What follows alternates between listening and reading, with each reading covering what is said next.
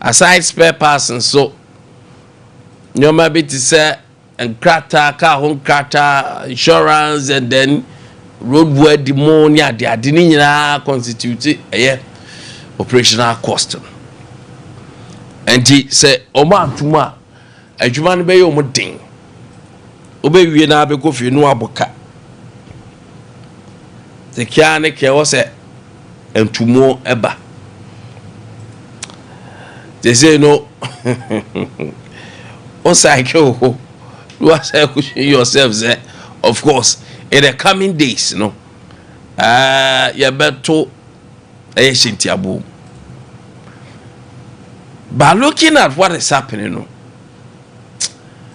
that is where the fear comes, because the economy no matter the indicators, no matter what, the moment shintiabu be question, then you start to feel the real heat. And if I can buy that, I'll to tomb that. If it's some private commercial, I say VIP credit to tomb.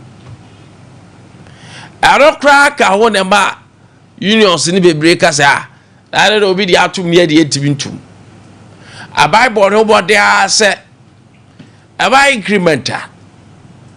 Because most of the commercial cars, trotro, intercity vans, I would draw no. Bebreda isu diesel no. So yeah. Emba fu and the cost that they were doing everything say. Diesel born there a best stabilize it. And even if there will be an incremental and yes significant. But I try na ko cause petrol. So how we began na efe. Auto fuel per liter around 10 Ghana o now kron. But 10 points they say a shoot to 11, 12, 13, 14. Nyana fokra 14.46. Which is very worrying. Ko ba decided ya huye aba. Most saloon cars ni bebre so use petrol. So in as much as I buy a BBA say obe stabilize that of a diesel no. Petrol so I tazim money say sa vox money ade na bebre na so use petrol no e happening private cars grade. So general cars o young body mama na ura mata to adiaba. Onu say usual eyina obeba beti. Bo ebe bo aba wo yembe hyew. So why we've gotten to know enya agudie biem. Enya agudie biem at all. Tiacha mama 2nd of June, which is nyame bo a ochena. No mo hwem say I say yehu increment no akobasi ana say ai azamu asempa aban bia ba ade ba ko a ema yehu how good you are, how strong anyhow our nyoma besi aye yi no.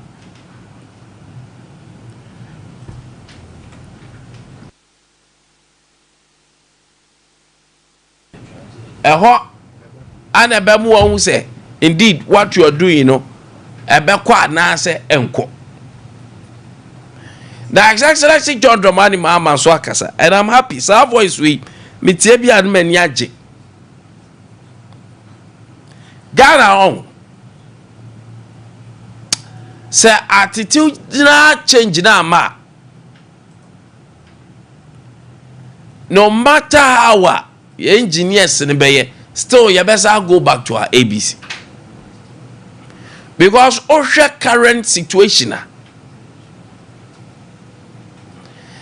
is so the shall pena exposing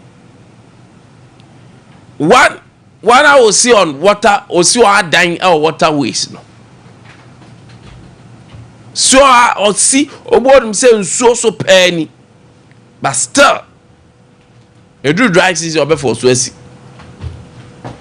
na afi wa try so obe divert nsuo no afa be foforo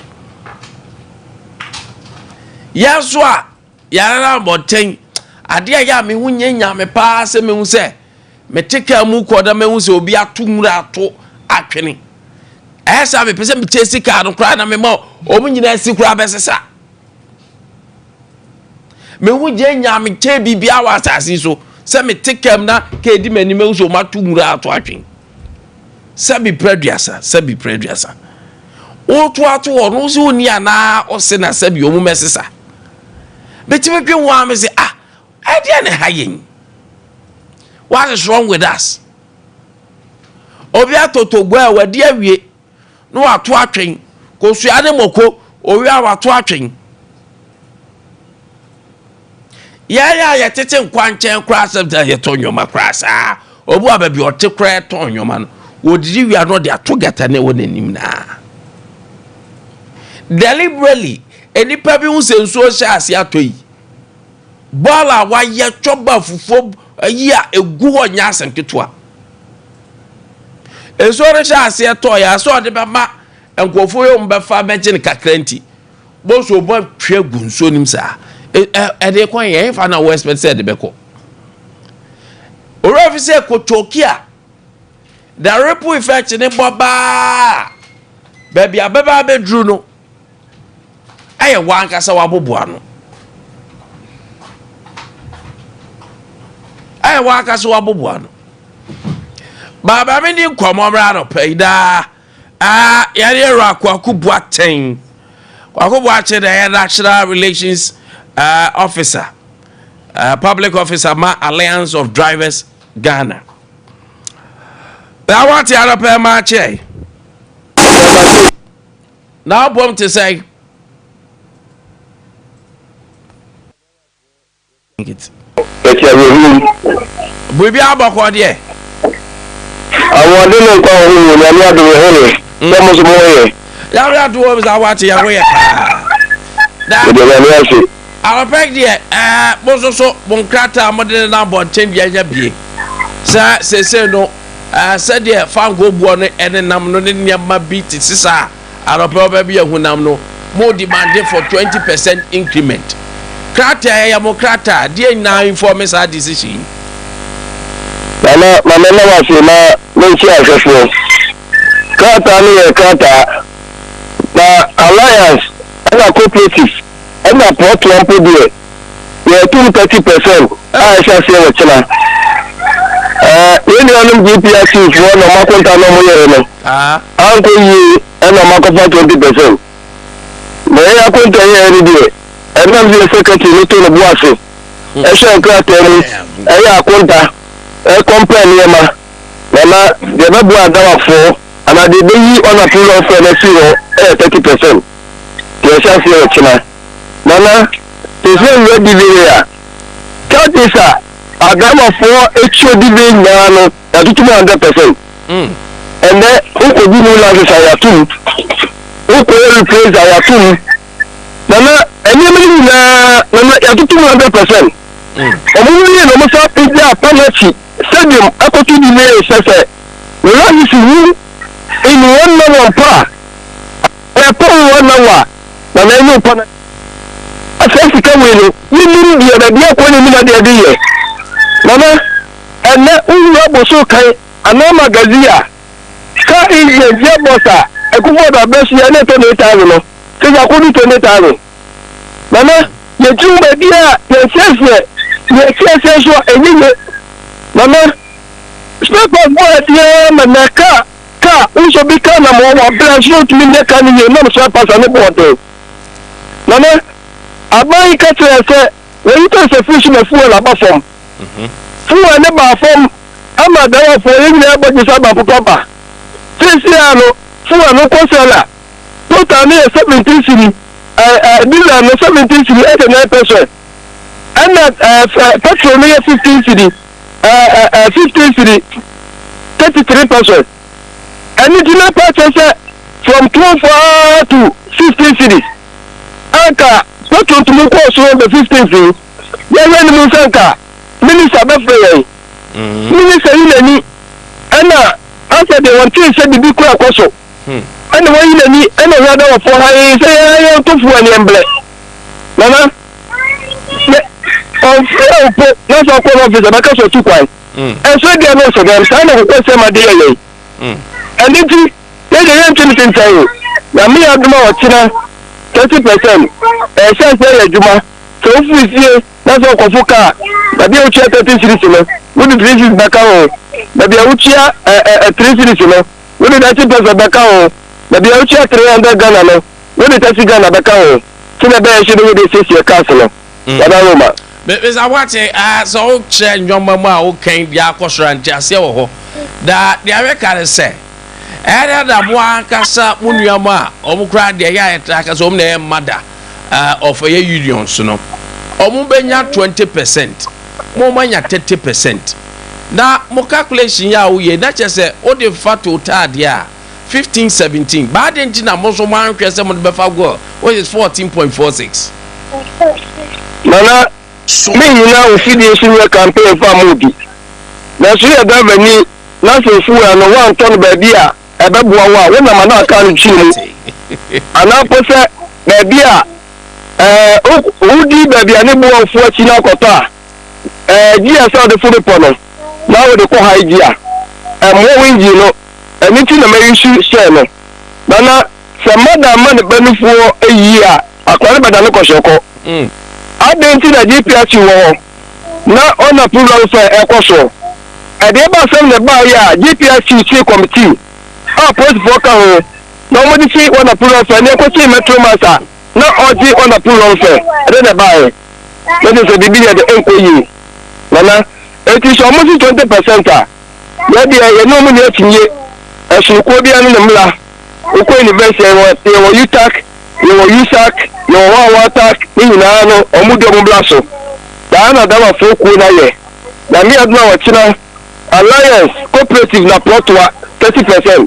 Na what you senka bu kare kra ye hu se ya bu ko collaborative meeting ye be wo ni GPR to plotwa mo ankasa any other unions na we dey na say plotwa ni mu gina ha GPR to phone so gina ha ana me kasa about wa ni banifu wa me akwara bada ne koshoko na me pese mbusa say da say batai no so odi ni kunu anwen hu a e bia na enkomodie na ankoye to mo anhu aduane ko so mde ma akwada no nana ni bia chi no di omochi no omo ye se aba to so eno ni adwuma itam bia no so mbejo da wa fo no na ko ibi o okay egubu ada blesso electrical some ko na chiwe GPH no dom ko ye itimi sambi piwini ya electrical GPH no mo de blow mo itam bia no obo ma jo se omo favor by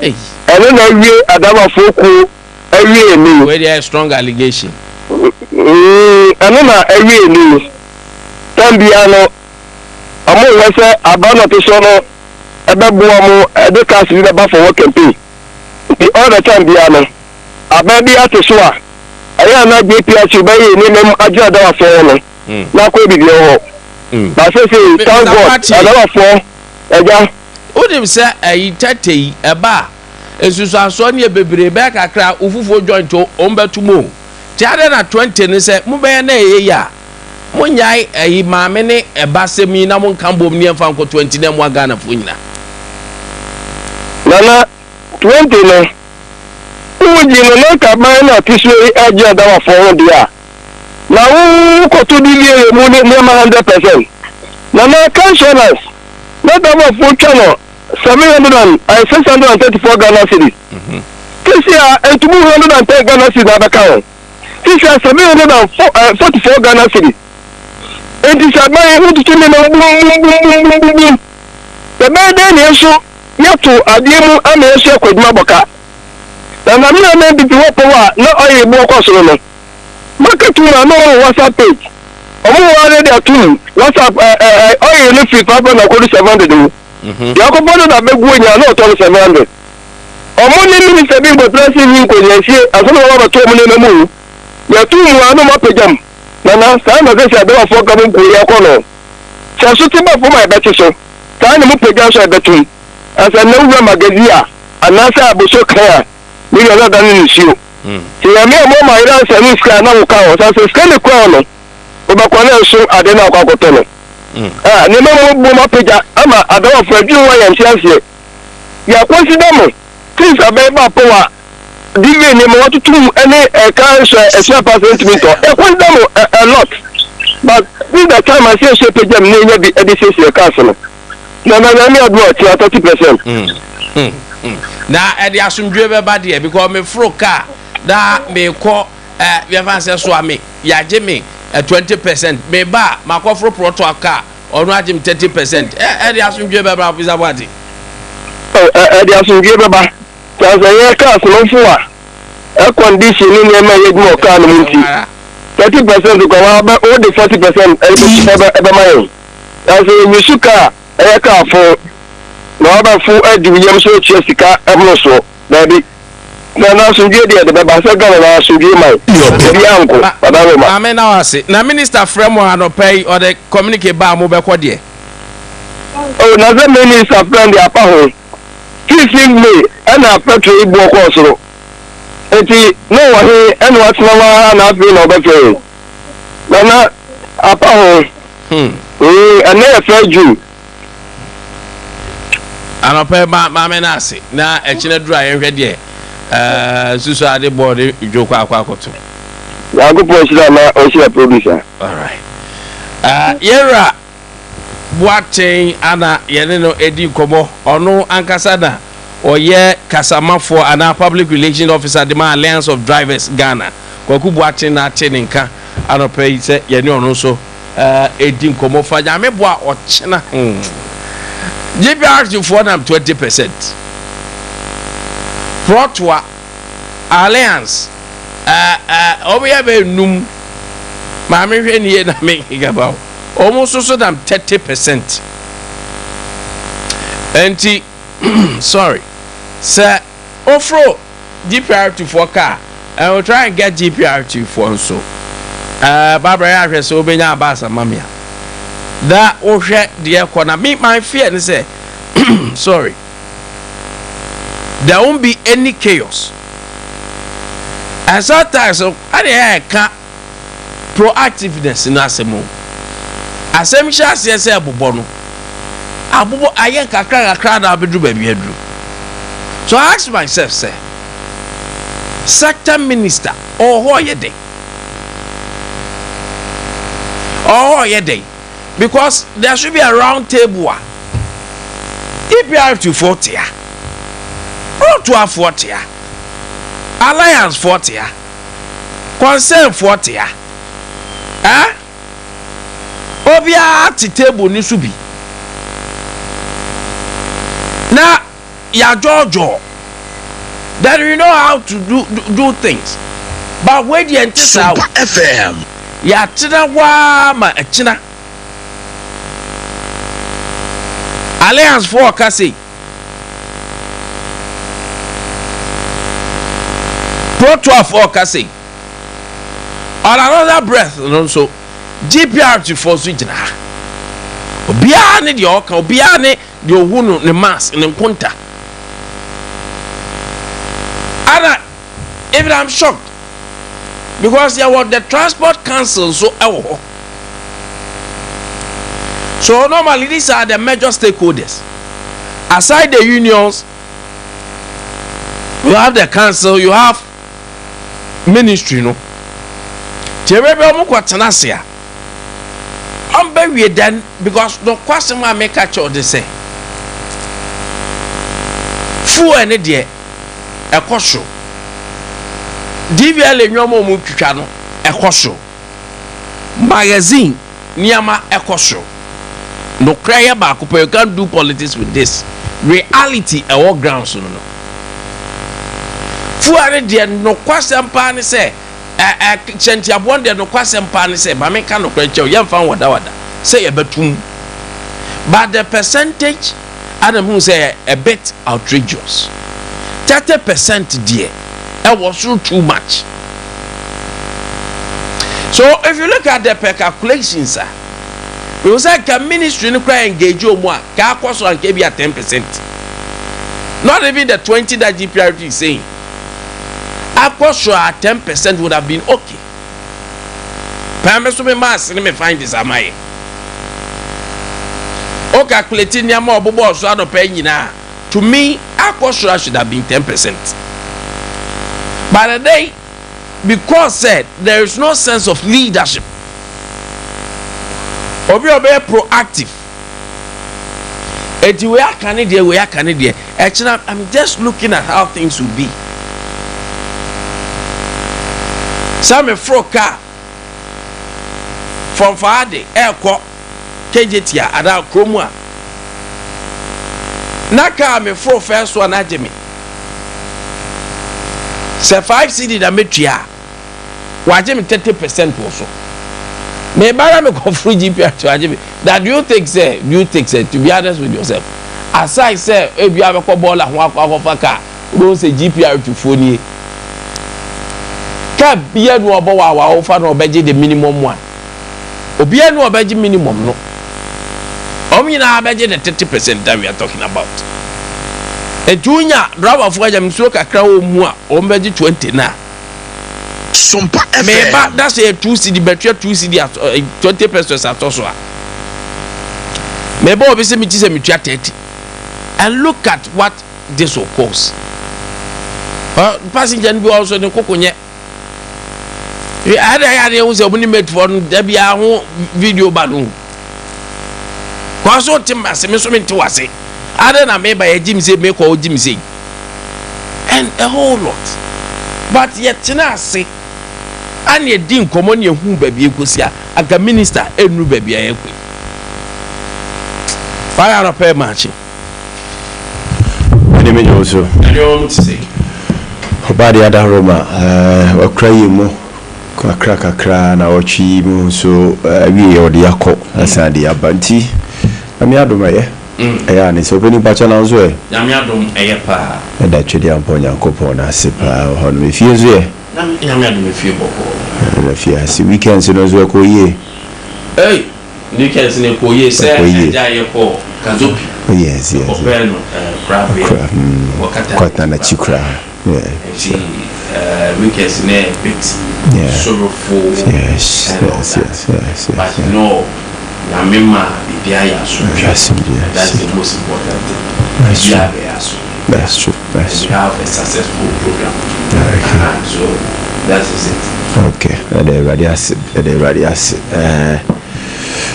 Kwame, my enche atifo yenchi omo ye mo machi anopai na ye mo makwaba emfamra bos eda edikan na esanso ye Monday awo bosumi ensiamu ne no mo asese o makasa fidie ane o makasa mfonyi no eda eye Sompa ya do mo ase papa da Kwame nkomu ya wodi sisi ya no Kwame de nsaye be ba bibia mu sisi o na say de nsaye e be ba bibia mu and eho ana minim empenifo ya wo mo na mu ntu ahodo mu tu ni o mo calculations ya o mo ye senka at least I was who say this side, this sector, this particular place, there was significant impact, either positive or negative. I will timemufo asetina timemufo abra boso ankasa because say transport enya tum enya pejape.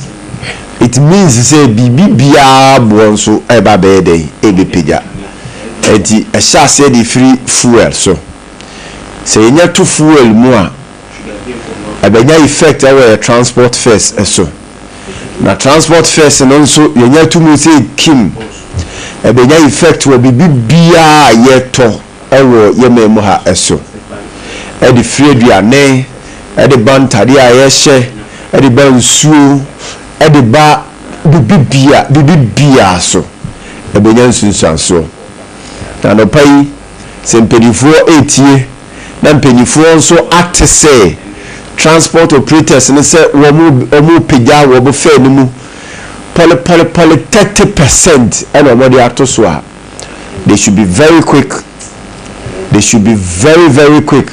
sɛ wɔn bɛyɛ biribi de afa ho because sɛdeɛ na esi teɛ na yɛsɛ inflation aba fam na yɛsɛ economy na stabilize na yɛsɛ nneɛma boɔ ɛwɔ fam na yɛsɛ biribiara yɛ kama wɔ yɛ mɛmu ha no we are not going to see it that way.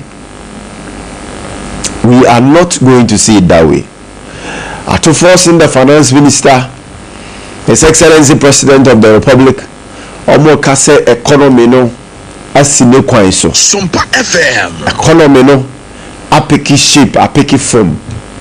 Say apeki shape na apeki form. We shouldn't be experiencing some of these things. At least the experience I was saying nyame say enka nneɛma ntete soɔ ɛba but ɛnyɛ nneɛma ntutumu anɔpa yi sɛ woyɛ party ba anaa wonyɛ party ba na wotie mi a tie mi sɛ Ghana ni ɛna ɛdi nkɔmmɔ because yɛnya to fuel mu yɛnya to lɔre fɛ mu no deɛ ɛnka NPP foɔ nko a ɛnka NDC foɔ nko a ɛbɛka Ghana foɔ nyinaa na ɛka Ghana foɔ nyinaa nso a ɛbɛka like afafa baabia enti the value of your currency ni the value of sika na ekuta yɛn sika na yɛ use no Kwame ɛso ba bete. Why am I saying this? So ukuta 100 cities ɛna wutumi di dwa tɔ nneɛma mako enum edukofia ɛna 100 cities no ɛso bɛte sɛ bi nneɛma mmiɛnsa pɛ na ebetumi atɔ bi akofie. And Kwame, when some of these things begin to happen, let's not forget, say, we are giving strength and we are giving a power to the dollar, say, and also be dear him a be pejamusa. Because a man for the who say the value of the city no coffin jibameko per dollar guta. Do a copper dollar also a kuta a dollar no. The demand no eba be kosoro dollar no so e kosoro so na ye cedi no e na eba be tete apro apansam ye cedi no so sha se tete pro apansam pe na the economy no e na eba be sei economy no e na eba be consume.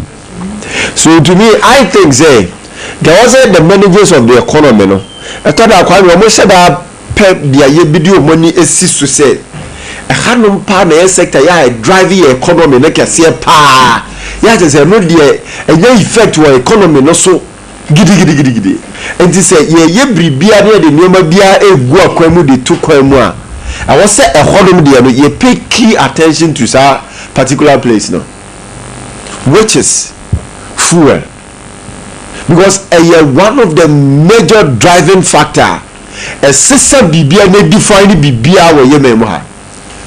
So fuel ba from a yebehu say yebete lorry fare so yetete lorry fare so a yebehu say nioma bo so ye dey e ba from nioma bo so ejina se e ma from kura na ba bi eti no ana ba bi e wo no e begina saa enti ye nhye da nya effect biasa but se fuel no nya ma ne homere so say kim na pega da ekosura now omo kwa akoto no they will demand more of dollars no, and when they demand more of dollars no so a cedi no ena ne ho ba be papa no ne ho e ba be kire no. But to me so dey me want to say 30% no Kwame sododo fa ya to fuel no mu but I was say driver for ne commercial transport drivers yi ehunu say wo mutumo no woman so sike wo botom ne niam mo betototo na nsa yiso na no so ne bo ba be kosoro menka se mo muntum but then at least I wasn't going to consider ne man so kakre oveni because what you say no e say wo kwa bonti na ko to so a yatum wo kwa bonti na ko to aduane yatum okwa bontina ko to bibia yatum obehu se wo de aba no obesan se ene ma bo kokko so won hwe ye besa push se to niemam nti wo se tumu no wo to lo ife mu no na niema atoto so ana eno so ye dey e koso ni ntumu so na eba 30% ne de esododo na lafia but we nim de ntia se koba se eba ntumu a Kwame mutumu kese but se eba nte so de a Kwame na ketua bi na aba si ebutumu a se 30% ya bai se koba se fu enu hwan every 14 every 15 ne be do 12 e be do 11 e be do 10 a Kwame be se ente so no bi ogro mu 10%. But I know there's one more thing to sound so one man material and sentia is a percentage no what from sao. And then the other can say we are fuel so you have to say. But when the two there then they bring all factors on board. O material spare parts akosoro and fuel akosoro and den sa no mu dia gina ye. Yewu enti I was a buy Kwame ordinary ehwe honom nanka at least me dey bia be ka say fuel no taxes ni levies bia de dada so Kwame so se be yenyi free so na emwa ye na sa pa de Kwame yatu no ife mu sisia no oh the oton enam okoso be ka che say si you do light no koto fuel e dey power the plant ama costo na gina so a e wo so ndi ono so detum Sompa FM Samsung na Electricity Company of Ghana via renewed cost so no the betia no so omo so be ka che is operational cost because fuel akosro nti omo so betum Ghana water operational cost fuel akosro fuel omo to the power omo ne ma akosro eti so you see we dey be patch 30% no shouldn't be final omo ne bi mfa ho to me Kwame Jakode opinion was rododo because at the end of the day what the person is earning no the OJ at the end of the month no and no one okoso aye dey edge increment bi amaye but who increase fair who increase nioma ti that is say nipa no timemufo no na ye bo omo abro musu timemufo no na ye de ahoma eso omo minimu ye de so omo kon mu atintim omo na o musika kakra bi na boso mi obenya no ya sa gide afiro omo nsem ti that is say brapa ye ka se bra no omo say abanyiri se nipa no be bobra afa no so na obo say oh then let me look for other options me de be eni sika kakra tube hu se na katasumu amuaso so na de ne hu ba begram katasumu amuaso na eno na eba beda ne agenda of the day it we die 30% no de Kwame to me de I was sure all right I was sure but last now as Excellency John Dramani Bahama yenche sasemi okafa sanitation zadio be me say Ghana nyina go first na enso be yira enkran is say come say regions ni nyina baby bebre this is happening. The flooding in Accra is not an engineering problem. It is just a problem of indiscipline. It's not an engineering problem. It's a problem of indiscipline. We have drains, and everybody says, why don't you do sealed drains? But the problem is when we do sealed drains, people drink sachet water, they eat papaya in those styrofoam plastics, and they just dump them anywhere, and these plastics wash into the drain and they go and block the drain. And so if you have to unclog the drain, you have to remove all the drain covers and clean it out. You clean it out, you cover it again. In the next 3, 4, 5 months, they have clogged again. But that is not even the major problem. The major problem is the location of Accra. You have the Kwapim Mountain Range. and you have the Atlantic Ocean. Before people came to Accra, you had the Lafa Stream, you had the Densu, you had the Sakumo Stream, you had the Kole Stream, you had the Odo Stream. All of them were rainwater that falls in the mountains that flow through to the Atlantic Ocean. Then you come and build a city in the path of those streams. What do you expect the streams to do? And even if you build, leave the causeways. If you come to London, you see the canals in the city. If you go and build a house in that canal, where will the water go? It will go back into people's houses. Unfortunately, Nana Misramu, our traditional rulers are selling plots in streams. I'll come back to that. Mebaho na I'll take Kwame's comment on it. But my main call, Damine Okateche na Kwakuakon, Honorary Director of Communication ma Sugarcane Farmers Association of Ghana. Na in fact, almost so displeasure be aba our tensioner. You can say displeasure omoboa enyo mebia ekoso ni titupa efa commander odo commander Sugarcane Farmers no.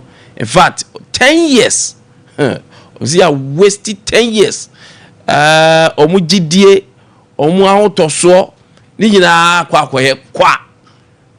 ye kodidi na na ropa ma chen Ayen ne pom te say nyamena adom ye hu pa ye do bo ade ase ara we de na ma mani nyenuama bi ho a mo se mfie du gidie nyina ato nzuomu Nia medasipi na wo akwani ya examen the farmers ye bi ahwe no yentum na ye no twetwe nkomo ewo we kesa asadamado ye na ye wo commander kisi enyini entwebi ndela me na ye wo omanga ne ndela ye bia ahwe no wo kesi regions na ye wo numu oye 9 regions a ye na ye bia ahwe papa na ne da ye the boss commander sugar factory Minya, Neminde na exactly 10 bad years Commander Sugar Factory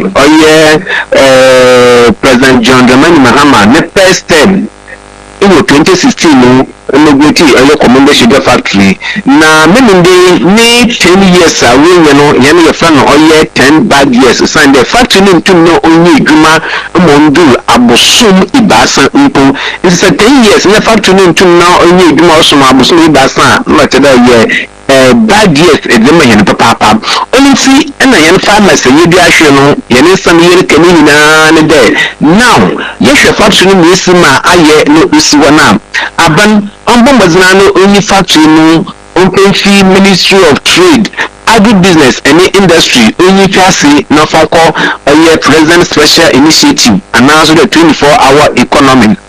This is in the day. The NPP baby 8 years was a strategic investor.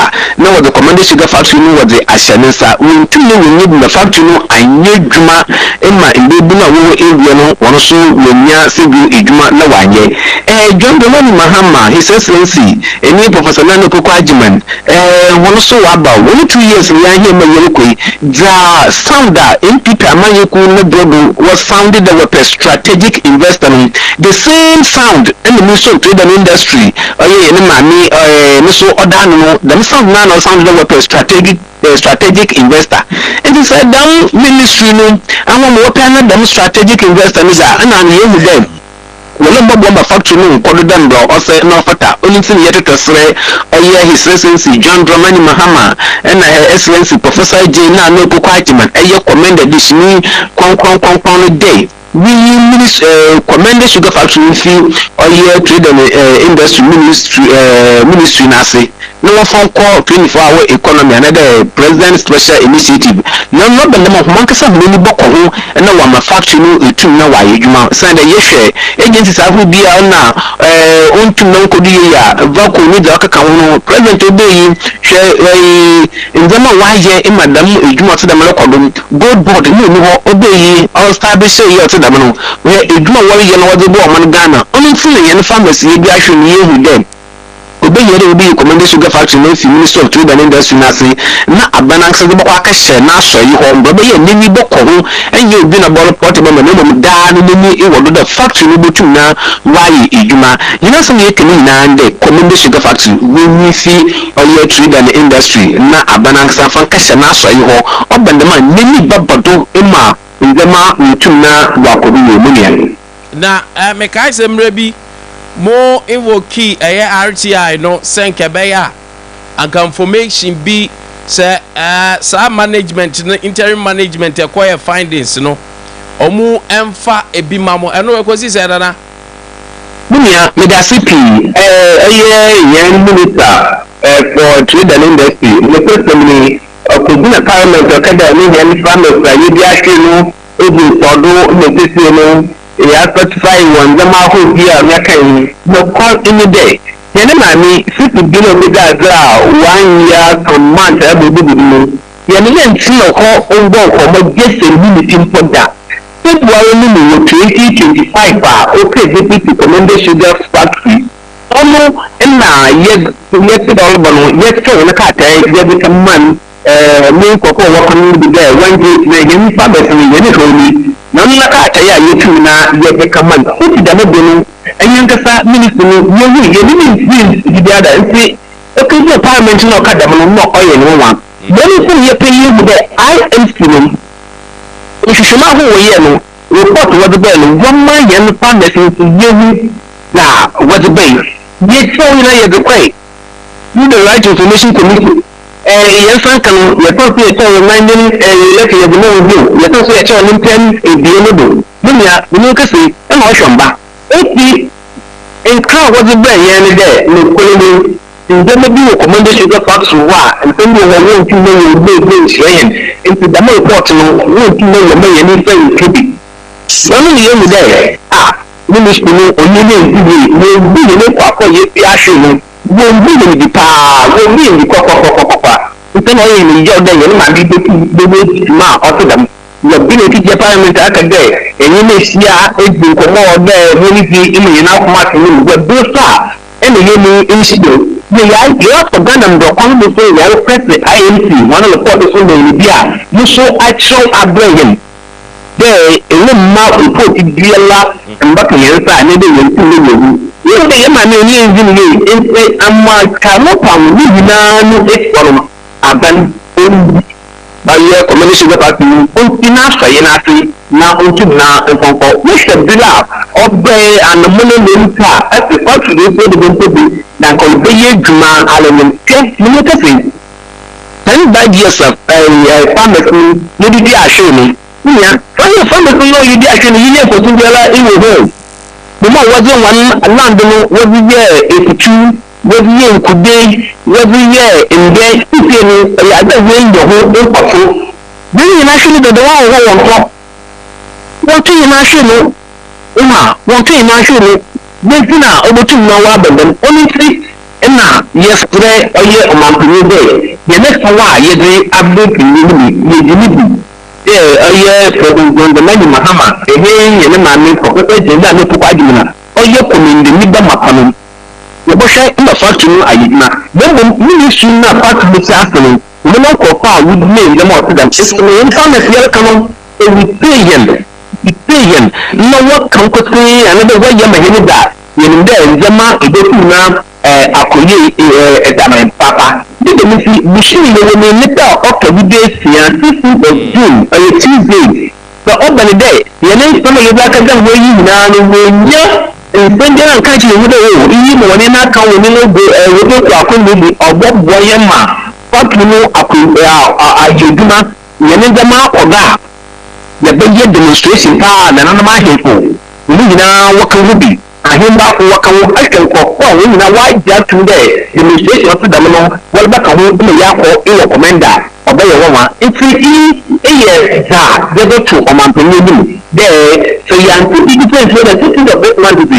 June yele ba ba ye demonstration se bia ne so o ni kra Okateche da dam ensam yi ba ye mode share ye the vice president anya bia matwe aben no aka chen say dem nyoma na ekoso no e sha horoba e matememfo wo commander Munia midafiti mekoni de yini de agenta community go fashion na do ni so na ni de enti mo bibia no ye chere ye ko on kada mo ko ni cabinet meeting na odiri ho report na da akọ na ayi ene ye from the kunda de yan tebe ma on dem do kon yan ka pa ya chewa mo na de ye da me na no ni ya report ni bi another yen ya tell the be ya go oye office bi allow na ye go so ni si o plan and all there ye tu na ye ko fa ya be se de ni ntere ye go ade ni e da bo e ti ho mu e ya ka de ye bi ya ahwe no ma pa ku ni ayi di ma if you make it bi bia no ye de fa ye ti da industry o kwa ye de fa ni je na ma me ni president yon for cat ni bi nko nka on sane ye pele to Okateche odi o ba ye ni nyawo ye hu se nananom e ho a omu dishi omu ko babia o so omu fa anama ka bom se we de ye dishi ho eja ye ko huni na di fie enkomo na mo di we ato na dim se de ekoso yi ye nu guase ma no nu guase nso ma komandama ni titi ubra o freeway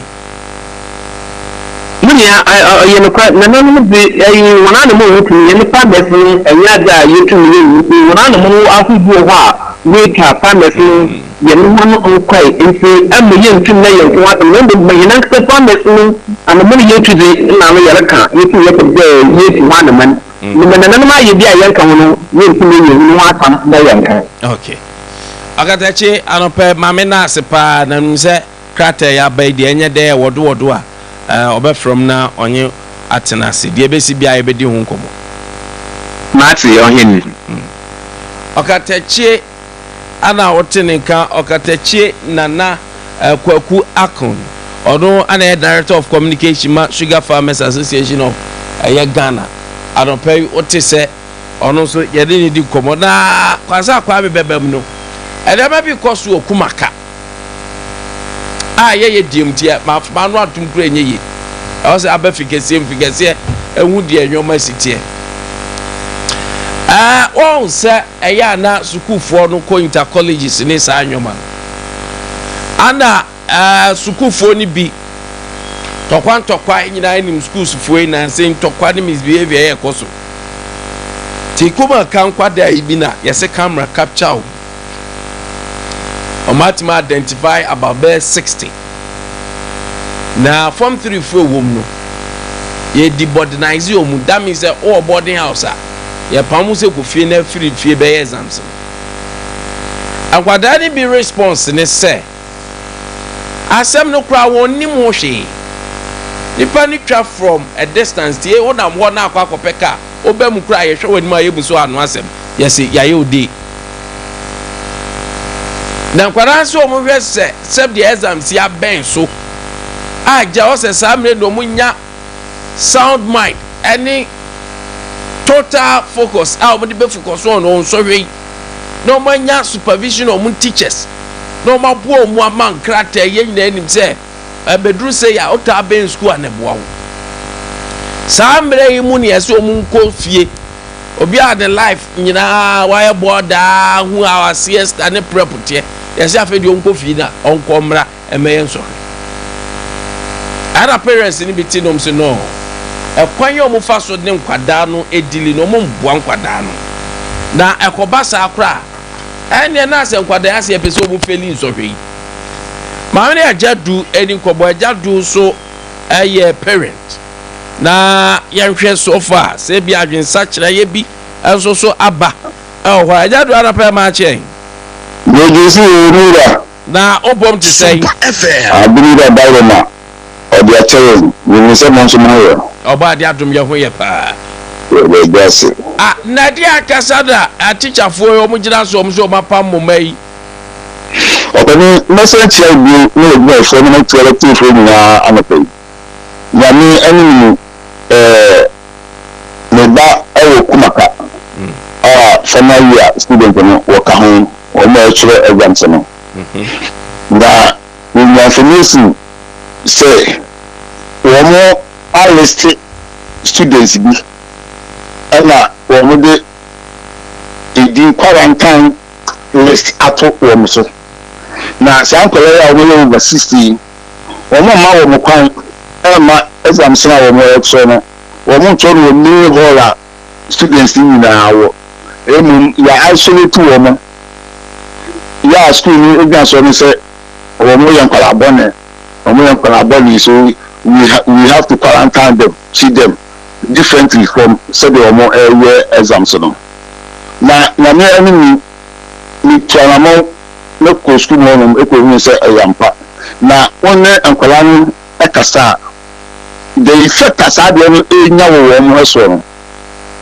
masa emwa sabi enso ka de wa auto classroom po a wo tro e wo said ye tie na external exams ayo final year na fi ya sama o sa tag no ejira wo so sabi wo mo abo krono na sa students no ebiru ewo mu a na nse ya entekwa wo mo ayeye no wo mo ewiye na wo mo fe ye parents no se wo mo na video bi se students bi wo mo free stadium ebaro wo mo ebum na wo mo eyi dibi eni ti sa de na wo mo ayeye no ye twe wo mo aso ema le yo mi na di wo mi ji wo mo if boarding house aso twe wo mo de ma wo mo sa ko nyina so wo mo de wo kasa listen ho ena wo mo de sa de no edi wo mo na de yo se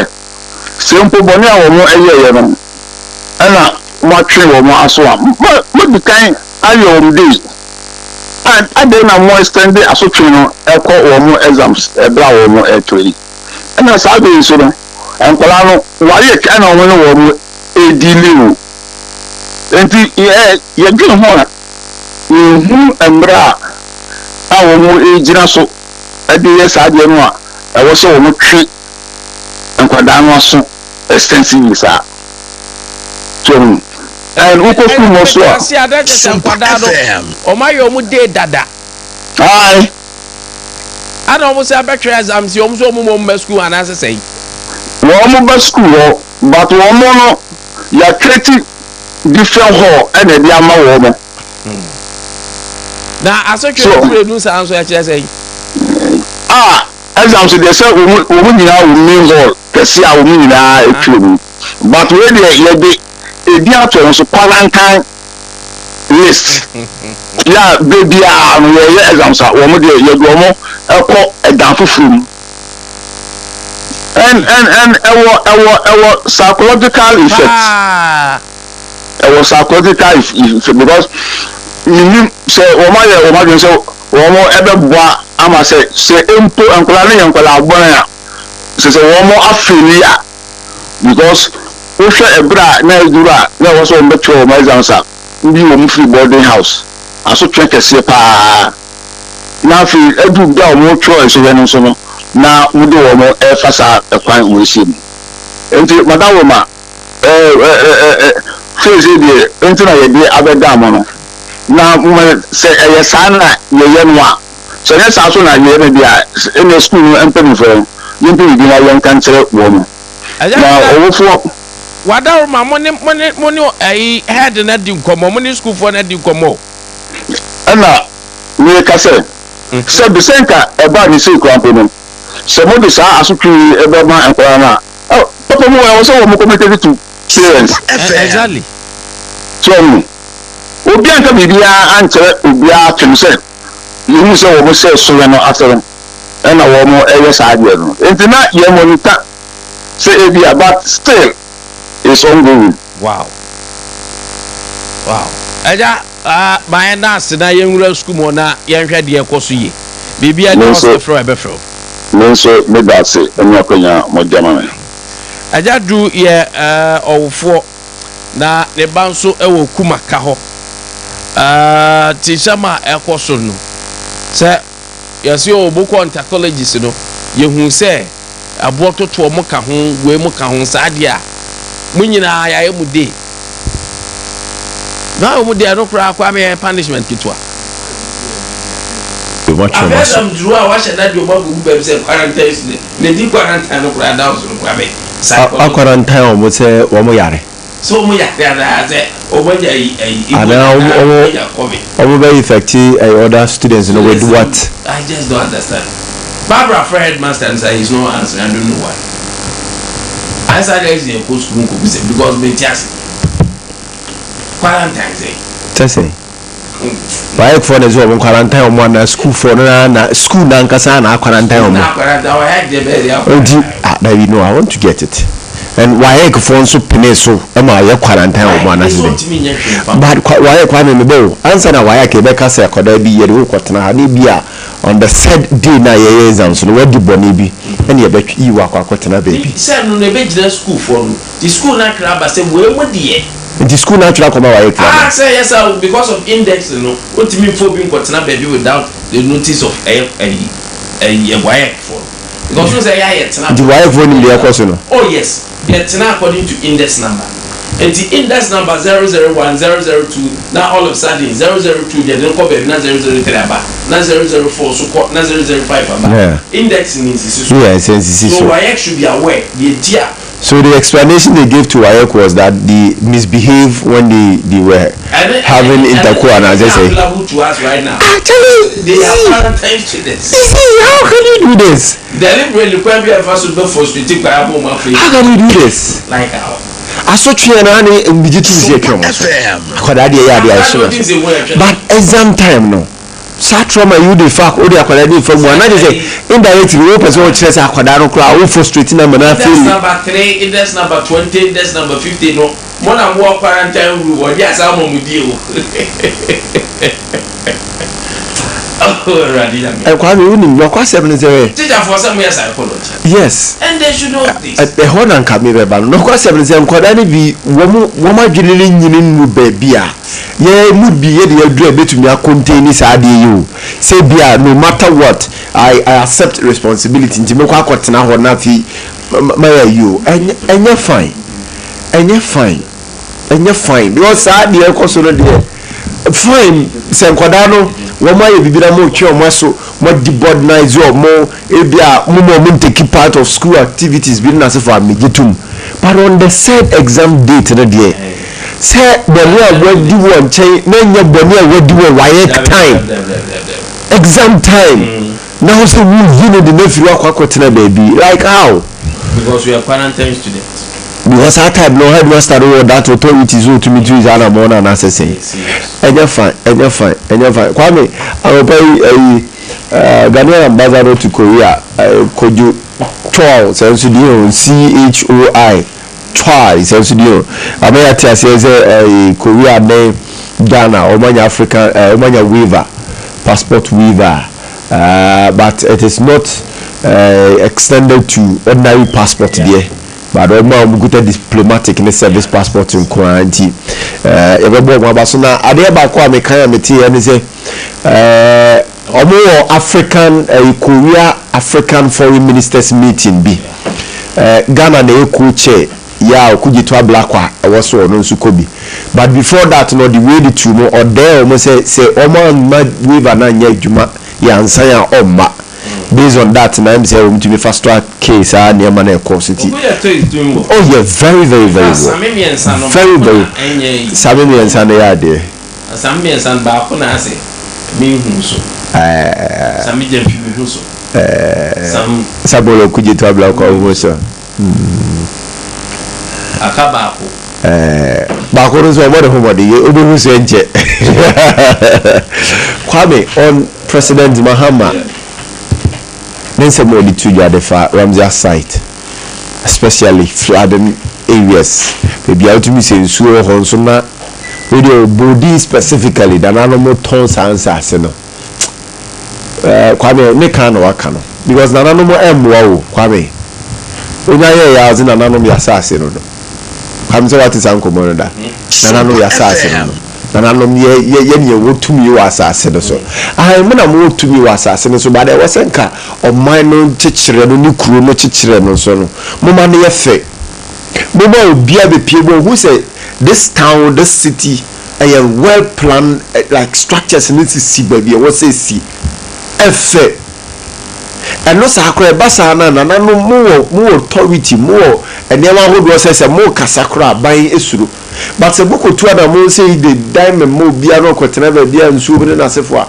O kire bi there won't be that trust or they believe in you say ya the show sakura say kuro no ya tichire ye yesi a obetumi abo because ye dim say o kwa akojisika no kwa akoton asase ba wie ni o kwa ansa woton na wo hwe ba bia dan si akwa mi utumi hu bi da ye ma hyew esinsuo mu ankasa utumi say ensu o mo nya nsuo kwa ensuo na ankasa akra nko meton ni nyina ye sika die nti I think say president the okan no e ho se wo mo sha ase enso aban ene chiefs na nananom nso esena se nya collaborations bi no mo hunu say asase na ye nananom mo de but the planning no you have to get all stakeholders involved ni nya kro no the planning ni ye ni hu se kro no e kwan da ha kro no ha say factory ni industry lie kro no ha say ye DC hospital krono ha say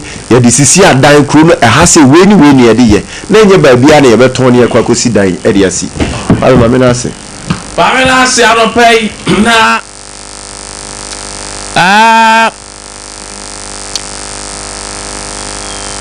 Energy Commission Ghana e de aba bonten se uhia meter na why frustrated ana say obi ask amewa ana electrician bi aka cho say onimobi oho entu de twa bibi da omo awa me so hwenie egofo afa hu di nkofo sika pa enti commission for nsi enka cho say sa antro na abonten ye beboa no wanya meter enya no kwasem for the official process nimnenya o meter nenya electrical service o service ni nyina ebede damu a akwan ni da ho trodo na abede anya sa akwanyen ayenie ni nyina so be engage obi o yes certified electrician ni say obi a energy commission agina tum ama ne krata ban certificate ono ana eye obi a ye kase o yes certified electrician enkofa certification bia fa hone ya wo ya ade wa bra onni krata na energy commission enyi ni ntum mesraw oba de ahu se nipa ni agina tum nipa no certificate from energy commission le ID card nso ekura no from energy commission na your certified electrician GH app and so enter say eno creso certified a obi hunu e wo enti adenti na on download na on install a certified electrician GH app ni bi mo am o Google Play Store benya App Store enso benya na afei adwuma no enye fokora ma na wa search for obi a ya certified as electrician afei ye inspector nso a o locality ho ba bia wo no enti eno nso so ye be chew ni nyina wo app yi so sa certified electrician GH app no so na eno no wi a hwese wiring no omba be ye no mawie wawie wiring no na electrician no engage a certified inspector on the babe inspector na wahwe the installation wahwe se bibia ye kama bibia meti standard no aye bro meter onko hihyi ufie afei ebro my installation no na mo inspector na aka so eyu ade a waye ne kwan so no na energy commission e de SMS me text message mami fufo 20 Ghana no sa o approved resource no e de bema ECG ana mo amu area airnet konso omubenya automatically enti SMS ne kwose inspector no abe inspect no installation a certified electrician ne ye no akoya omunya messages na wawie de onya ne se onso anya message nfa message ne ko ECG ana net ko na afei process kakra bi aka ɛwɔ so ɔyɛ no wakɔto aso hɔ owie a omita no ɛbɛba saa process yi ɛnɛ ana ɛhyɛ aseɛ ɛnɛ yɛ mekyɛ sɛ next month 1st July ana ɛhyɛ aseɛ 1st July 2026 na saa process yi ɛbɛhyɛ aseɛ eti hyɛ no so so ɔpɛ sɛ ɔyɛ part of this process na download saa certified electrician GH app no now go through saa adwuma wei onya certified electrician ɔbɛyɛ installation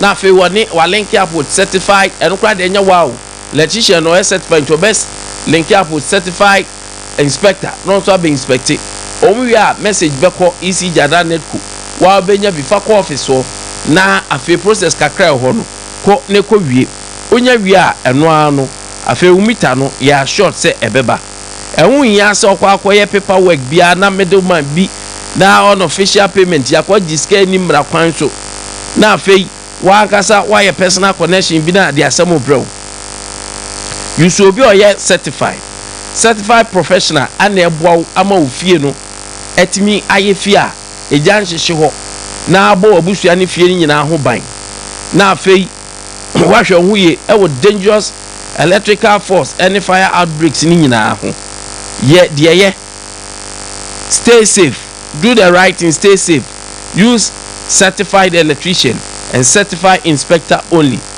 wey ɛyɛ energy commission for nkae bɔ ɔmo de aba on anɔpɛ OCP Ghana Limited season na aduru hɔ eti misrɛ wo yɛ kuani deɛ a edi yɛ ba fertilizer mu a ɛwɔ sɛ ɛda wano ɛyɛ OCP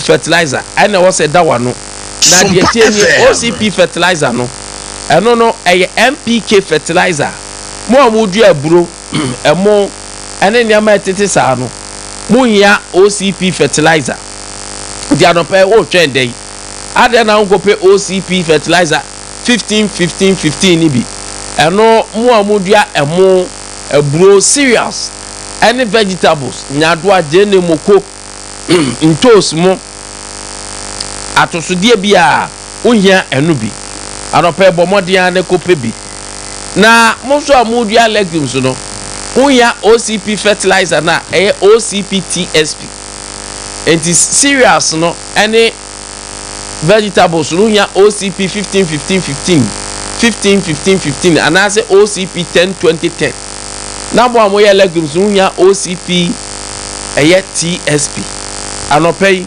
OCP fertilizer papa OCP Africa committed to our continent anopay here expert mo expert no wan expert ni obi a wosua de wa ade bi ma onimu na clinic dia clinic no 21st clinic clinic on its own me chese hwe yadeɛ bia oba omuhwe maneko oba bia ye oya bia ye wo doctors ye wonfidie ne animdifo a omuhwe wo ama yadeɛ nako na yadeɛ ya sciatica de ye fa ne la yadeɛ sciatica de oh dankoponti no security kra bin wo mu obia ni mu eti se wo to ase osisi achi efa na ase twon abesi 19 a me so yade kese na eba na symptom ni chiro se bra 21st clinic ni ntwiti unenko clinic aba lab odum scanning machine o ebe scanning wa hwe se yes bibia de ye aduro be ne mfama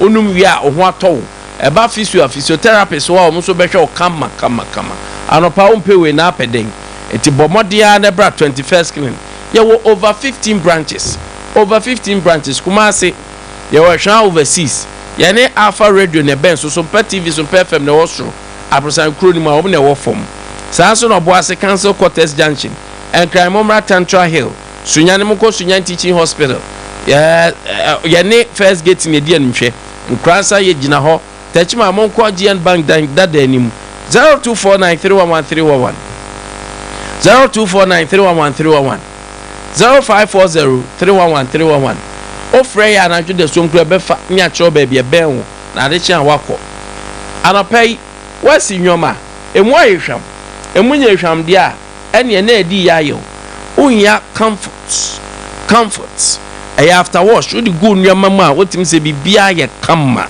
Ye Unilever for the year, one Unilever for. Or won't be beyond baby, a standardized, a papa. A two senior maybe, especially one more for. No man once a yarn food so near the Adiji Munya comfort, Fabi Gum. What we used to washing machine. In Finfino, baby, I blue nature say comfort. Fagum Finfino, baby, I blue.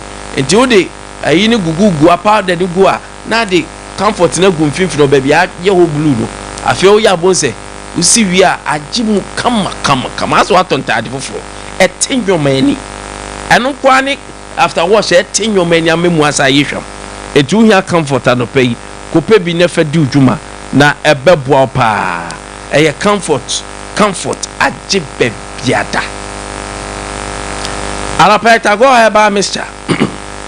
tago heba mister enna ma mema sesi anim guase ekofom be ma owo kuntudukum tese upeje mpeja oya ne hwe enyi eda fom sa tise wankasa na ade ne nya adwuma opa wakora empawa no mataye wo wiase nyemfa opa no nom de ben fa twitwi va chichire emfa because ade na nya yekojuto unya tago heba Mr. no pay be ma de nwu hwani masesa oni atenka oba osim de mini atenka oni atenka ene yari o oni atenka dia ka go peta go heba Mr. ba hwe oni atenka wo be mo oni atenka wo ba oni atenka unya tago heba Mr.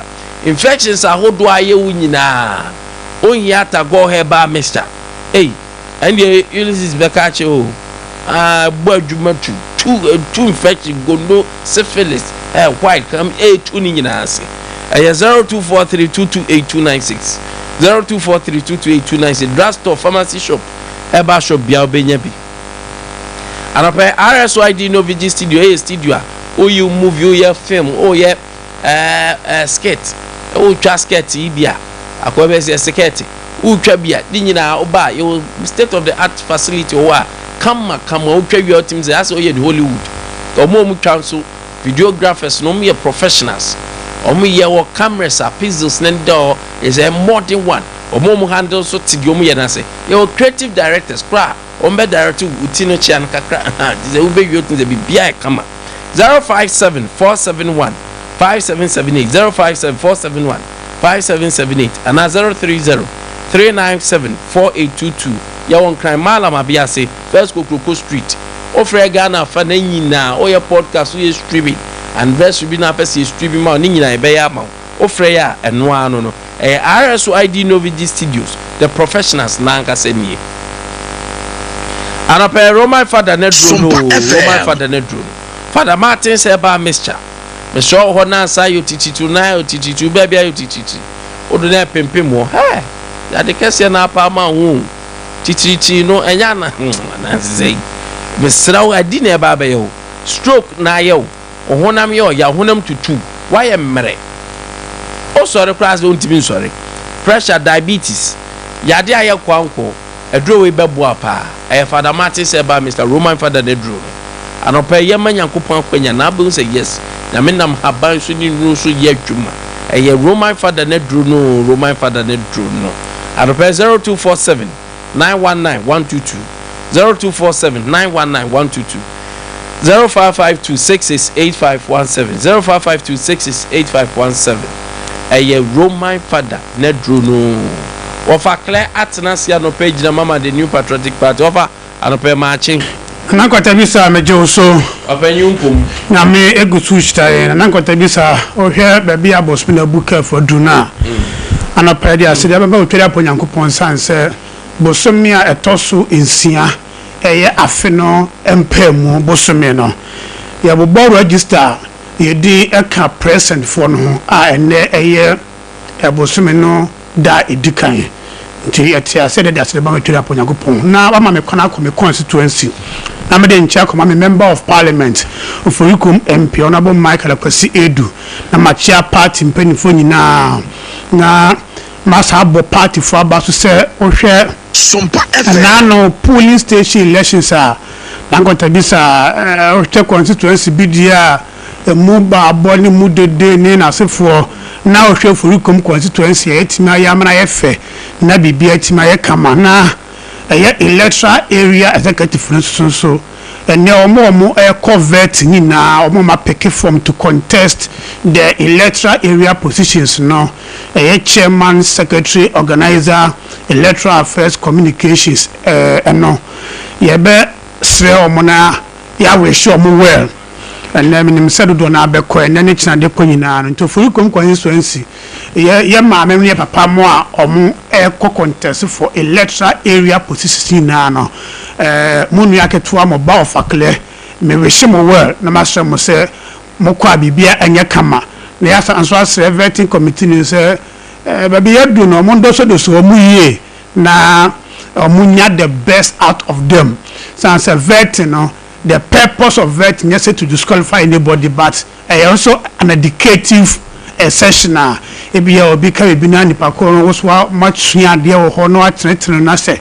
ono so anya sua huni bi e de aka de onim no nti e bebo o ma basnya we show mo word na Nkwantabisa before say be course no enro a dwumadie kase bi ko so oforikom constituency a ayija zongo se honum community ba ko wo oforikom constituency na MPP electoral area coordinator or honomo I find a coordinator or say smiler na no yankramofo di omo salaye Ade Akye na omo kukunda ntwe na yemo ya namfofo dodo na yankramofo nde na Nkwantabisa ye Philip na coordinator say smiler de jumadi hihye so enro akwasie na otun safre party mane party mpenifo nyina na wo hwese ne nro aye nyina ye de odokobo odomu ne ye mane ye fe a ade a wose ye boye ni o se small abasanse wa yama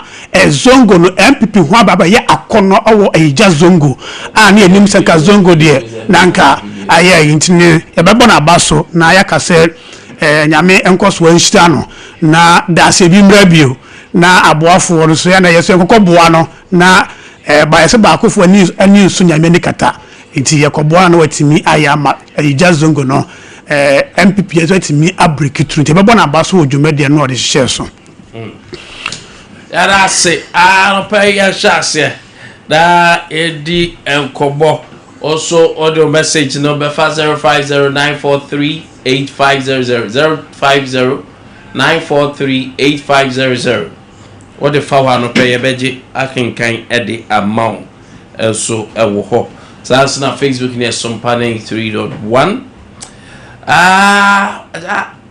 of a eje bo enya ajo LGBTQ+ bill passed by Parliament.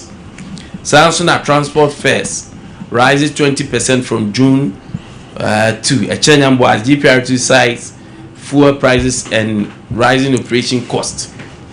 Almost say 20%. Brought to any other unions almost 30%. And open then and the shares. Me the LGBTQ no ebe starting. Nkwantabisa no kwasam ni se omai mu amanyofo a yanya akwanya bedi omai ne so. Meka de ma both MPP and NDC. Na anopedie me concentrate on NDC sanse. Yamfa no kwaredie enye ya manyosem ema omanfo no enya amanyofo mu didie. Nano LGBTQ hu komodie ebaye esore 2018. Omampani na Nana Akufo Addo ko amonone na oko grantee interview na interview ni meko busa no ho asem no ka so enama we mu de bound to happen in the future because say ya na adebia besi ya obo se hu komodie ne hu advocacy no atati se hype na kosoro enumu na sa is same interview na oka no wie no oka from the global perspective sanse na babia woti aye interview no na was speaking to a global forum and oka say sanity o wie no trickle down ebeka ne mu specific say maka no global wie ne babia mu Ghana dia ya hadie yen enhyehyeye ya mamre ene ya mane emma saade no ho kwan na esomoku ahodo wo man mu nyina enya de so saa nyema no so enti memba mu de yan so saa nyema no eden eso na enum na yan nyema nizifo a led by Sam George ekofa the first part of the interviewer was speaking to the global perspective no and now omo started a matter of public discourse na ya start ye ka ho asemo radio so TV so na ye ka ho asemo ba bia enumu na start time e ko ba onase we de ye ba ka man peli do Mahama sata na wo ye former president oni na danfo a wo launching the book and the Solomon Crampo ye who pictures kwa ba ye sata na pictures na atwamu kra be 4-5 years ago Crampo but time Sam George ekoma omanpani akufo do interview be national discourse no and ye who says a pictures start say eno so resurface eno one ye who say afidie advocacy and the promotion of study na start say ekoso kodum pempenso se obekai se enkofo bi besi omo flags aye LGBTQ for no omo ahyenso de awon kan baabi ema omo signage omo signboard kese ema omo ko bubugu ye ama afidie hu se sankofukuo no omo starting from advocacy and promotion enti enimu ne ko ba se daabi ade we se yensi anu kwan a ampampa sania omampani akufo ado ka ye se sadi be besi ase ya ne start no enne ko ba ho ko ba hia se that private members bill no ho asem sa se eba na yenya mo na yempani for members of parliament o motena ase committee bomu na satam yen kanso se eyanda sa parliament na ye 8th parliament ye hang parliament no so na ye pass mra a emma kwan se private individuals ebetimi at the bill akọ parliament ama yetimi apasa ba ye mra before that no nanka bill bi abekọ parliament bi ano e abaya oteso no a government sponsored inti sa akonya ne baaye no na ye nuane mo a omo ye MPs e ka hotibom mu e pass mra na samra na omo hyehyeye no me ka se Nkwantabisa, this is a very emphatic statement said formulation and interpretation or application of laws are not done based on emotions. Emra hyehyeye any emra entremu any sanya emra be ya adwuma no yemfa sentiment ni emotions enye emra bia wo hya anasa wo kyeremu anasa wo de mra ne ya adwuma wo de emotions any sentiment na ya bia no emra no eflopo sabe ne ba ye no na afide aba ye emotions you are some dot imagine be ye very sensational can was some the for political dynamics bamu inti amutu ase omo draft mra no na e call parliament na there be emana moyen asemo the emotions na eye mra no emra bia so no ready emotions ya etimi gina nti yantu yebo ase na yenhwe mra no baako every clause bia what draft mu bia no yenhwe ehun sunsanso vis-a-vis yen mamra kese yen sanse yese emra bia be hye bia no awose ne the 1992 constitution no etimi eni kwase ne boabra nti amanfo start here ema denti asa amran kwampo chair se ne yese ye mie kwan stakeholders engagement ema be kaya sa time no committee our parliament here constitutional and legal committee of parliament that na animadu entry and danom emma mo bie mu ma nipa bebre asofo imam for opinion leaders obeka ho ne benya a lawyer for ne lectures makoma ko 30 bia omo so sorority asa amra no ye mo nyina kwanya be presentation medical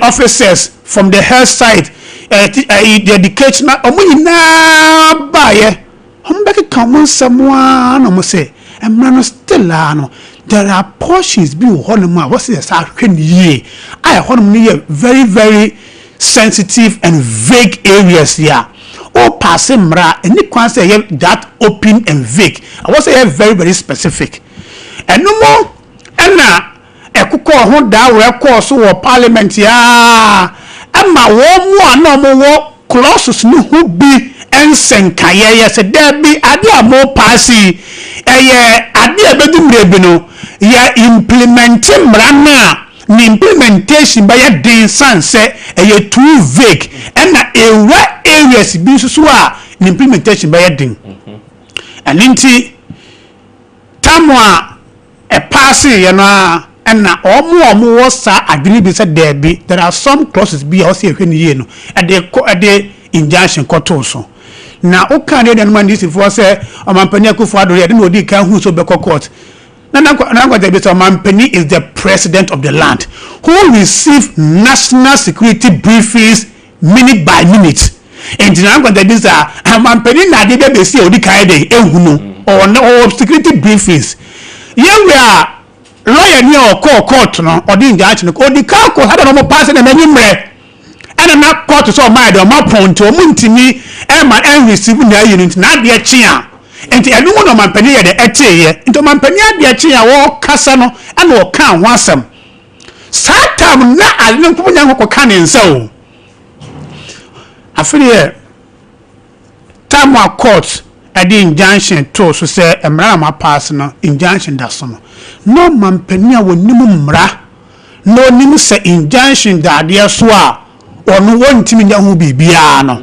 adena anko kanensa which President Mahama angtangata na anu ya wajitumu se ampampa sa ma na pass in parliament anko ka amampani akufo ado ye de ensample na afudi yanko emra no angtangata mu Nkwantabisa ne ya ka ho asem sisi yen a oma pass enroa echiye ene say ade a ye fa no LGBTQ no na Nkwantabisa obia ni ho okonhuru physical sabi bema bi anye bema bi eda ade a happen in the secret ade a happen na obia for ni kosua engonko hunu unless of course say bia adini in the course of happening no bia ko boy we obi de mako hu say sabi mo yes anya mo hu sem no enti nya de a the physical act na man for mema ne mema da no ye hunu say it happens in the secret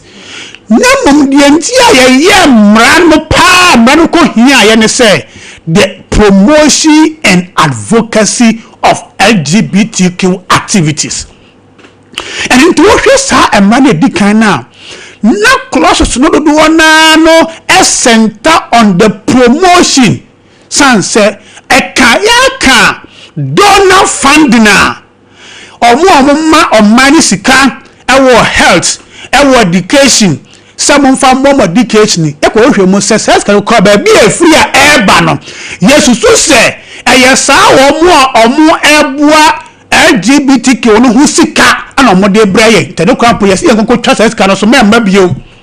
Some of them were going to Ghana AIDS Commission na o man no ye na wose ye fund ba na ye ni husika et na amana ne fo na eboa ye na bi ekọ enwoma sua medication fund mu some dot on rooftop shout to yes there be sanko for ni sika nya ba ni na no efu omo ye LGBTQ ho asemu enti ye shamra se sanko for ni sika crop ma emabio ye ntasa sika ye mpesika no eno mu na man for kase there be baby ye kono emma na ye se hot ye hwe ni bio ye she ka se wo ye fiewura na ye behuru se sabi enkofo bi abehan hufie no mo eye saa eniamo ho sam no wo saa fewu ano krampo no yesi etimi kwapo de okoko gina mra no e ma akoko dam na Nkwantabisa me de me fie ni obi abehan ne dan obi aba so me ni menua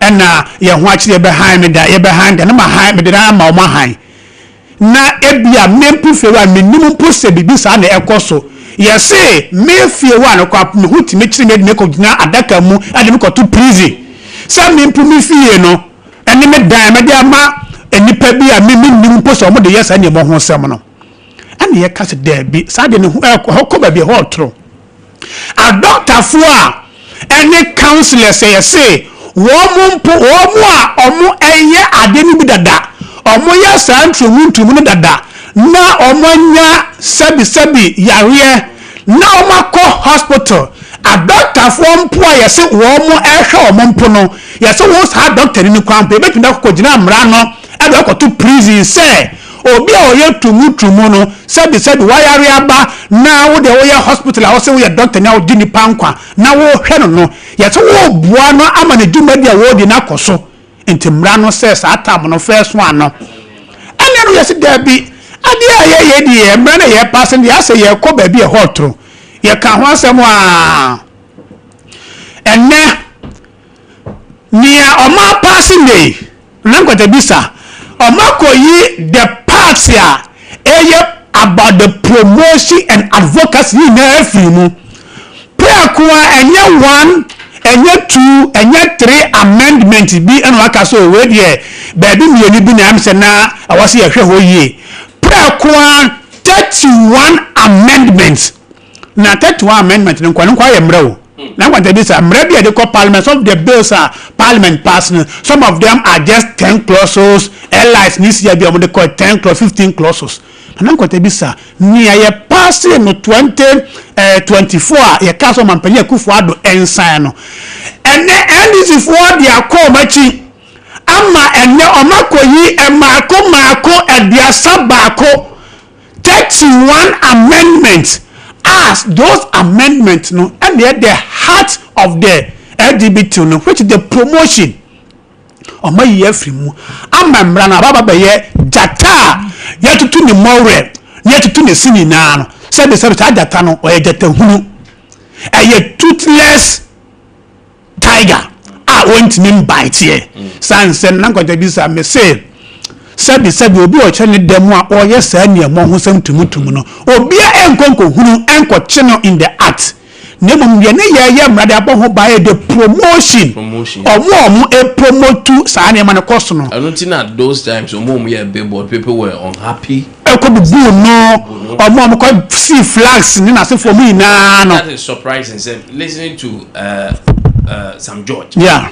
So can Reverend Intim Forjo. Yeah. Our most sponsor this be as the last parliament. Yeah.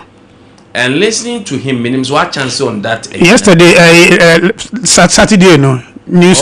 Fans ni say Kenya for ebe 5 year to and why should we amend ours? I don't know ye be free. Now I don't get it. So that's where the hypocrisy comes in.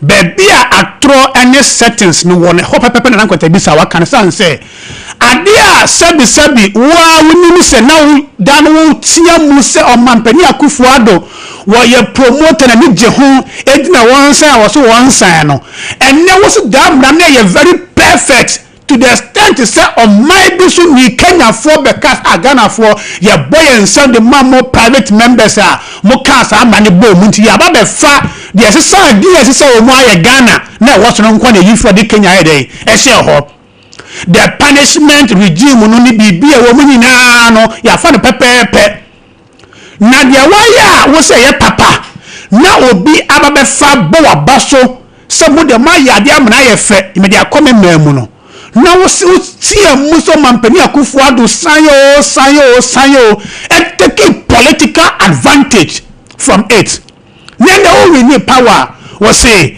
na ye maako 31 a border on the promotion and advocacy and the heart of the law why you no afrim and abeka sabi nia entimi enka nia enyi sie betimi di aka sanse nia aka omu a border on the act proper no why and ababeko why dem akoko hwese edan we mu member me bi wo hono mu a sabi omo eye tumutumu who is going to do that who na be kwesa ade no And man first why pass here say, wow, we are counselor. I said we work school, I go guidance and counsel. Now we are professional counselor. Now we say would ye obi a sebi or yes near mo sem no. Wo counsel no. Wouldn't in fact counsel mu. Now what money pako every sati bia no mu. Emra edi kaya ne first one yese kufu adon san. Ne wo musa wo san nipa no mpo a. Wo counsel nipa no. A sebi o want to mutu bia no mu na obe free mu no mpo yese wo mpo no. Yetimi ko dina mra no elu kokoto afiase. Se adenti na wo so obi a o ye tumutumu so. Ema ye kan wo step bi sadi wo de sebi enyamra papa. Enne mako yisa hona yeden every mu. So there be waiting I can see nipa no. But it's both sides. So it's both sides. Parliament is made up of both sides. The majority and minority. Were you not watching Yura in team for Joe? No speaking, and that's how the original parliament there be the bill in its format no toothless. And it cannot solve the very problem why you person to us here no. It's nothing way against the bill because all can and more yard, but I was say, near was a shame content and not identity me a car. Na it mean a scare month one. You need day every mo and to say Ade Akye passing no and to mean solve a problem bia because Nkwantabisa can't say it is the promotional aspect of the LGBTQ no and the fundamental thing. So say the real act happens in secrecy. I don't hear obi ankoko hunu. Obi no ba bejina bontin say chenchina wa kofa no yonko da. Ana so ko tell mbum ko hwa na say the kwatu bi mbum ara say. And some I can also say sometimes oko public places now. Beach and other places sometimes in this act. Everyone very view. In the clear in the broad daylight, no much I say so one way or the other, it's not toothless said your picture though may I see say there are certain elements and I'm using yeah. But can we also describe the whole thing say toothless? We can describe it as so because Nkwantabisa say when you take out the promotional aspect of LGBTQ, you cannot solve the whole problem because near ye can want someone say one more a promote sebi so ye advert bimpo na say advert no color simple how the year advert no mpo efa ho ba bia na ni Michelle obi socks bi na chenam say master o sort e show here o ya suspect agra no here color was about fakra madwen kwapa maso so you see first no e made can share ne say one po a sebi watade e bimpo a wo hye e bimpo na wa adwempo maso na tade ne color combination krampo yetimi hwe wo se there be watade a wakoto watade akopam no you are promoting LGBT no. All right. Start time here say it ko do ko to afiase. All right. Because may promotion. I first no so yeah drivers no. And so almost show me grievances ne. And your my terminal operational cost and more money in the word you mo. So tomorrow e be hu increment. Nkwantabisa nyame adomo a echina Ghana force abekọ ahokyere kese pa mu. Nkwantabisa nyame adomo echina 2nd June. Bosomi insia ne deto so mienu afe 2026 is going to be a doom day for the country called Ghana. San said Ashanti Adie transport fare, the magnitude of the increase, and I'm going to be saying some 20%, right? 20-30, is it 20 to 30%. Ayababetum. Near Nimisenka and can yet to Keska some 5%, 3%. Where do you see about 2 more? How much do I pay a duomu adequate at the Asa? GPRT June, other union, which is very, very huge. And I'm going to be said, the kind of 30% and Yadiketua. And I'm going to be, sir, near Nakofa we are a petrol any diesel extra ako obekai first 1 year NDC bar bam with the whole of 2025 omo de bom ho safo hini wo kura mu say dollar ba from petrol ba from wo fide ya so na justice ha sheriff ti ha omo crop bia mo ti ha ya mba ha na omo tina na sasa omo ka ye say ye mosre ye monsam ye fo mo sha kire sanse petrol ba from en ye ka chomo so aye wiase amansan dwaso na petrol na aba be $60 per barrel na ma ko do sam pempenso no ente mo fa hihye ye bintu akwa mu a se wiase amansan dwaso petrol no boy cost ro a ye betimi asa enjoy that relief no omo se dabi ya ban papa na ba o ka sa ban papa ba ato is forcing kansema ene o hwe wiase amansan dwaso baby a petrol ebuo gina ene nia NDC for be fire ye di to me more 7 January 2025 na petrol buo 1 liter na 12 cedis 80 pesos per liter na Nkwantabisa omutimi de ba 10 ema ye bo ma baso ene omode ye twamu atra baby o ma be fa no ama omode hakodu 15 cedis nyame aduma enne dwe ye 2 weeks window copec for air cancel omo petrol bon akodu 15 cedis per liter na Nkwantabisa amotwamu ni ayedi jawo mo mba be faaye oko ada oil marketing company kwampo baby ko betima akodu as far as 16 Ghana cedis per liter na yekeka de ko 2022 crisis time no enti ye besre a driver for say abawe de settings ene QNet ene omode enti ye besre omo say omo hunu omanfo no emabo kakra even at this point any baby free ban na Nkwantabisa na tama ekọ form a ekokodu 10 cedis per liter no ni baby no free ban na nti omo betina ha na mu say ejo mo ni mu say ato na force na baba paba na ne de cost for ya say ni baby free ban na Nkwantabisa baby no ani ni free ban nso o si hu baby ya da no ni for betani ya ka che omo say ato ni akohwe omu die say ya aban papa hihye ye bi ene ma petrol buo no free 13 cedis ni 12 cedis 80 pesos ma be fa ni ko 10 cedis no na nya no kwe enti me de driver for na mesra omo say NDC for the muka to mu die o machi a omo de asotwe be magana fo a sebi ye ho be ehia ye nti omo ento mo boas kakra mfama omanfo no na se percentage no a omo etum no ombetimi ahwede biewa maye a na omo de aba 10 bi ne 5 bi ade amaye na se ye ho atimi aheha na akoni abadie no atimi aboa kakra sanse wo hwe sa petrol ntumu ya eba be affect cash entiade ya na Nkwantabisa nya no nko a it are going to affect general prices of goods and services. Oh, yes.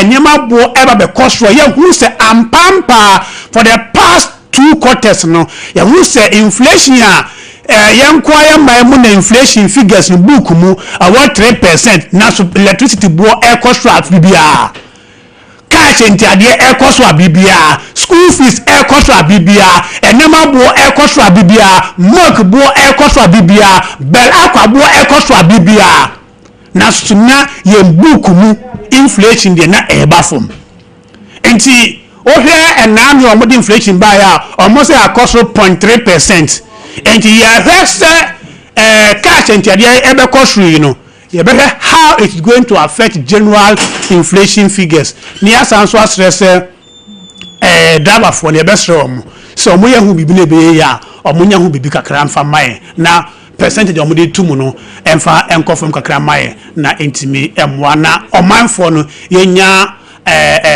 ahoto kakra sanse NDC aban de settings any QNet and omo di mba that's ba me kwa o ma so 0548 931 931 931 931. Hello, good morning. Hello, good morning. Hello, good morning. Good morning. Yes, sir. Open your baby and free monitor. Wonder Woman. Again, the father, a dinner was junior Bauma. And so I'm talking to Concon. Minia, Sompa the same say, Madam Chatson, and Cooker, and the Cooker, and I'm sure you became international organizer, and Charlie, Bush, international organizer, and my name is Naku Challenge. You know, the next organizer. My name is Ade Akye Abia. But Ghana has it. Let's say, you Kushado, Modi, LGBTQ, be a command seven sign. I didn't quite medium quite a number because of I said, never do more a few. Let NDC MPC, saying a Kushado say, any TBI one sign. And then I saw a now look at Kushado. More than the same thing. Say, I don't know, you know, Mahama, Modi command seven sign. No year free. In fact, NDC no more can have that's the case. One show more. Woman say, open some. Galena to win this near legally. Because I didn't make them with him authority to Mono. And yet, Papa, I didn't say, Saturday, I'm looking at a good father.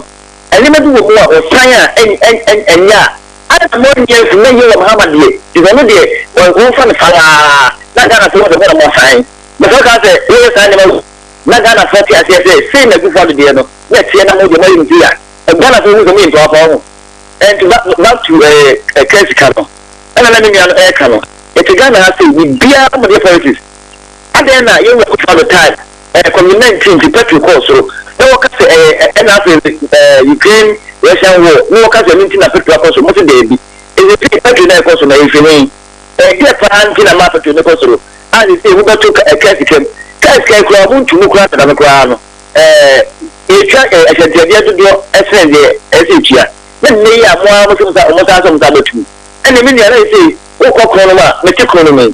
The one who should take up the way to this citizen. You say, God, it's your tendency. They look too young to this city. And yet, and this about the kid. Thank you. Pedro Medina Cruz say good morning. Benjamin Fences area. If minority think there's something that needs to be added to the LGBTQ plus to make it stable, why they didn't sign the bill when they were in power? When they stand up and they talk anyhow. Teacher Constitution, we are more say aspiring communication officer if you just set your east. Some group of people are JDM and the NDC government misleading.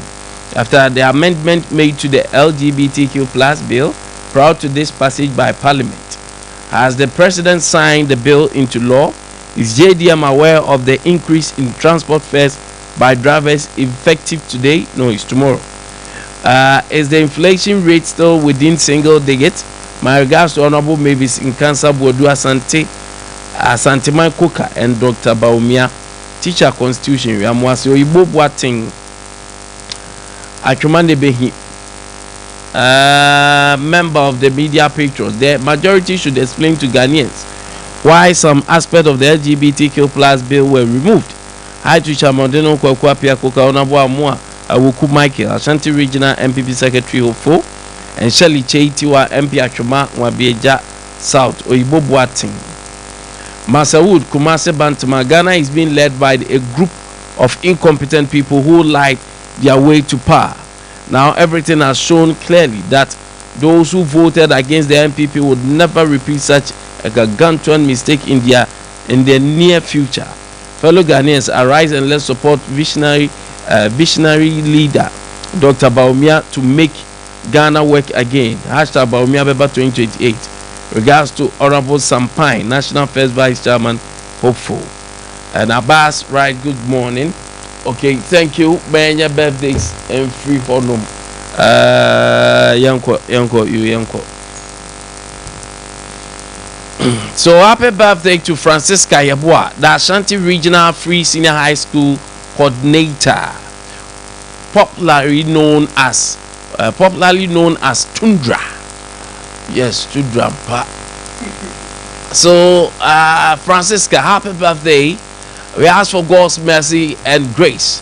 You say nyame say omanya domini insha no koso nyakese oso. Ye say kwatentia apomden ewo mawo. Happy birthday, Obapa Francisca. Enjoy this wonderful season. And happy birthday to Naomi. Hey, I'm going to the picture via the hey. Happy birthday, Naomi Fafa Fienu Esquire. Papa, share. This is from your mom, Mrs. Gifty Nana Fienu, General Secretary for Abosokai Spare Parts Dealers Association. May God bless you with more wisdom, strength, and as a lawyer, you should be distinguished among others. Amen. Oh, my do. Hey, oh, my or do. Oh, my say, oh, my what that posenya misha. Ama wati. Yay. Cancel. Yamisha no nyo kesi. Happy birthday. And happy birthday, my very good Sompa friend FM. King Wise. God bless your age from Jack Bills Daniels. So Jack Bills Daniels say happy birthday, King Wise. What's our Obasa? Oh, happy birthday. Enjoy this wonderful day, bro. And happy belated birthday to incoming our regional chairman for NDC, Ousun Kroma Abebio. Wishing you amazing year ahead, filled with joy, success, and great moment. From Kwame Acidity at our for Achensua. Eti Mr. Ousun Kroma, happy birthday. Mr. Ousun Kroma chairman. Oh wow. Where did I mean to you? Tiasu my happy belated birthday. Acidity say Osenya Mishama. Yes, yes. Ousun Kroma any pass. Happy birthday to you. Enjoy this wonderful season. And happy birthday to Lizzie from Sir Wisdom of Sompa Sports. The Nwataso. And Lizzie, Sir Wisdom say my happy birthday. Or say Yankopon Shirani na domau. Say Yamimo Brohumau. Yeah, I want Lizzie. Wait, say happy birthday. Yamin for Fradum Quadum. And happy birthday to Blessing Nyakwa from Kwabna Yebwa. He says happy birthday to you, Blessing. Hey. Remember na madan de matchra na maker. And the mabwato. And a happy birthday, Emmanuel from Rabia 2. Emma, today is your birthday. Beautiful Rabia 2 says happy birthday to you. Enjoy this wonderful moment. It might be a guy wati. Happy birthday, chairman. Enjoy your day. And happy birthday to CST Benedicta, Constable Benedicta Owusu, Ghana Police Service, Mankranso. Oh, happy birthday to you, Constable Benedicta, Mankranso Police Station. You are a very kind-hearted lady whose dedication to police service is so wonderful, and I see God's protection on your life. From Detective George Money at Mankranso District CID. And he said Money say, oh, my happy birthday. Also I brassier no I fama. Nyame for fra dumu kwa dumu. Mene happy birthday. Enjoy this wonderful season. Have a blast. That's a baby Ade Akye Abia mapong. Happy birthday, Mrs. Mary Ankoma. Mrs. Today is your birthday. We ask for God's favor. On that note, the info sumni see I friend na Kwame Nkwantabisa amanfo nyina Nkwantabisa die da me show bibia no nya nke Sompa FM atenase a mu sumyen.